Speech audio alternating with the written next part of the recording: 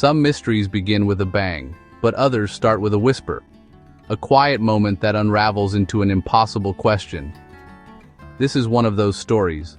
A puzzle where the most important piece is simply gone. Our story takes place on a cold, unremarkable Tuesday, October 28, 2025 at Secure Store, a warehouse on the edge of town. It's the kind of place you drive by 1,000 times without a second thought, until it becomes the last known location of Daniel Miller. He walked in, but never walked out. The time, 3:14 p.m. The air inside was still and silent. Secure Store was built like a fortress, promising absolute security for people's most valued possessions. Cameras monitored every angle, motion sensors tracked every movement. Nothing was supposed to go unnoticed. Daniel Miller swiped his access card, the gate beeped, and he drove in, alone. In just a few minutes, he would vanish completely. There was no sign of a struggle, no ransom note, no panicked phone call. Only the cold, hard data digital records showing a man entering a secure building and then ceasing to exist. The security logs tell us when Daniel arrived, when he opened his unit, and when he was last seen. But the part of the story where he leaves? It's just not there. It's a modern-day locked room mystery, a 10 by 15-foot metal box, and a man who simply disappears. How can a person vanish from a place designed to be inescapable? That's the question that's haunted everyone involved. Every logical explanation hits a dead end. Every theory is contradicted by a stubborn fact. We're left with a chilling void in the timeline, a man who stepped through a doorway and into thin air. To understand what happened to Daniel Miller, we have to go back to the beginning. We have to walk through those same secure gates and retrace his final, baffling steps. This isn't your typical missing person case. It's a story that challenges everything we think we know about security and surveillance. And it all starts with a man who should have been impossible to lose. Let's follow his footsteps. To grasp the impossibility of this mystery, you need to understand Secure Store.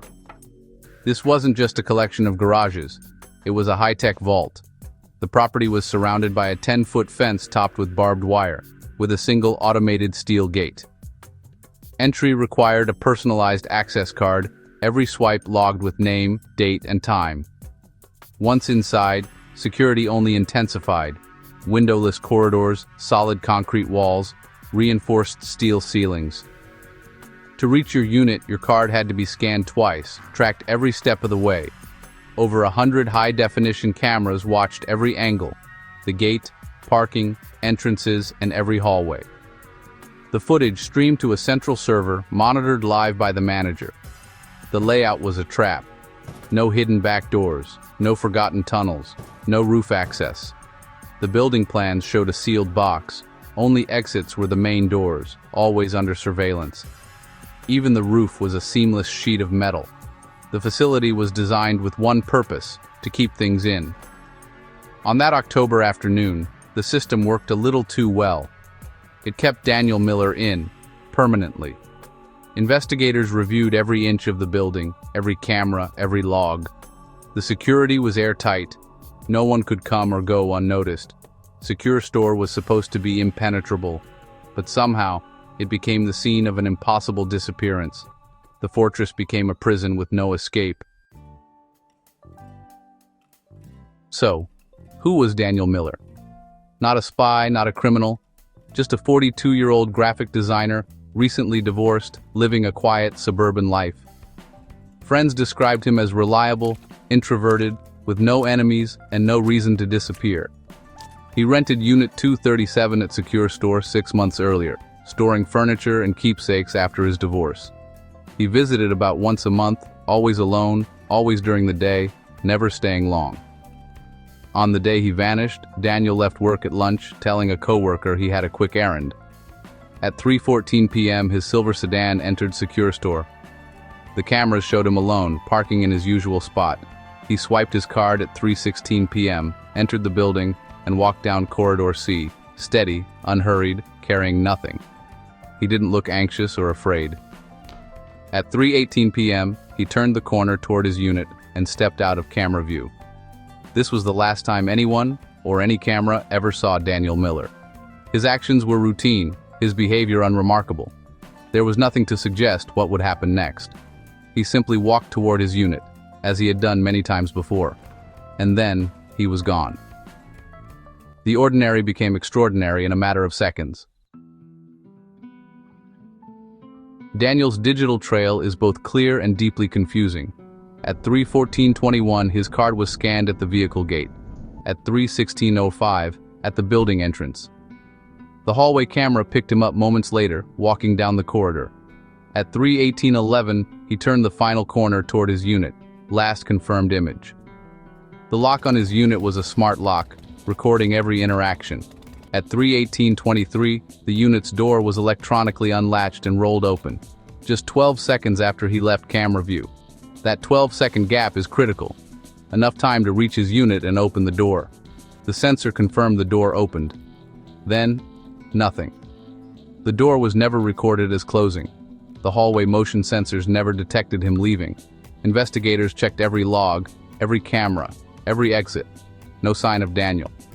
His car remained in the lot, untouched. The system was foolproof. To leave, he'd have to pass a camera, use his card, trigger a sensor. But the digital record simply stops. He enters, walks to his unit, opens the door, and the story ends. The absence of an exit log is the central, unexplainable fact. It's not that the evidence is confusing, it's that the evidence is missing. No exit, no trace, no explanation. The timeline ends in a void. Daniel Miller vanished in 12 seconds of silence. The mystery deepened. The next morning, the manager noticed Daniel's car still in the lot, unusual for any customer. A check of the logs confirmed. Daniel entered but never left. Police arrived, went to Unit 237. The door was slightly ajar, just as the logs showed. Inside, boxes, furniture, personal effects, no sign of disturbance. Daniel's wallet, keys, and phone sat on a box near the entrance. A thorough search revealed nothing out of the ordinary, except for Daniel's absence. Only his fingerprints were found. The unit was a sealed metal box. No other doors, no hidden panels, no secret passages. It was just a room that should have had Daniel inside, but didn't. The presence of his wallet, keys, and phone suggested whatever happened was sudden and unexpected. He had opened his unit, placed his things down, and vanished. The scene was quiet, orderly, and devoid of clues. Police had a missing person, a location, and a timeline, but no crime scene and no explanation. The mystery only deepened. When logic fails, speculation begins. Police explored every theory. Did Daniel stage his own disappearance? If so, how did he leave without being seen, and why leave his essentials behind? Was it an inside job? Every employee was interviewed, their alibis checked, their access cards accounted for. Nothing suspicious. Could there be a hidden exit? Engineers scanned the building, searched for tunnels, checked every wall and ceiling. No secret doors, no way out. Did someone wait for him inside? The unit was locked.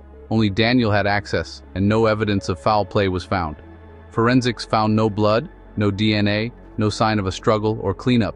Each theory dissolved against the facts. The building was a sealed box. The security system was airtight. Daniel Miller simply vanished.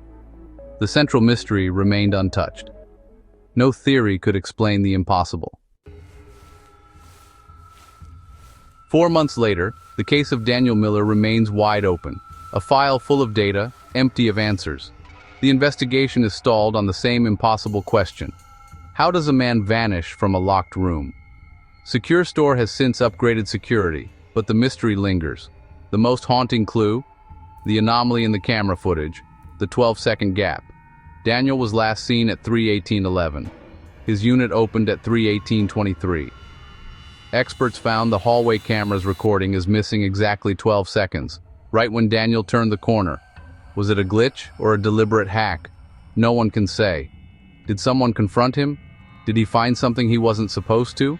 Or did he exploit a flaw to disappear? The missing seconds are the heart of the enigma. Even in a hyper-monitored world, true mysteries exist. Daniel's family is left without closure, haunted by a disappearance that defies logic.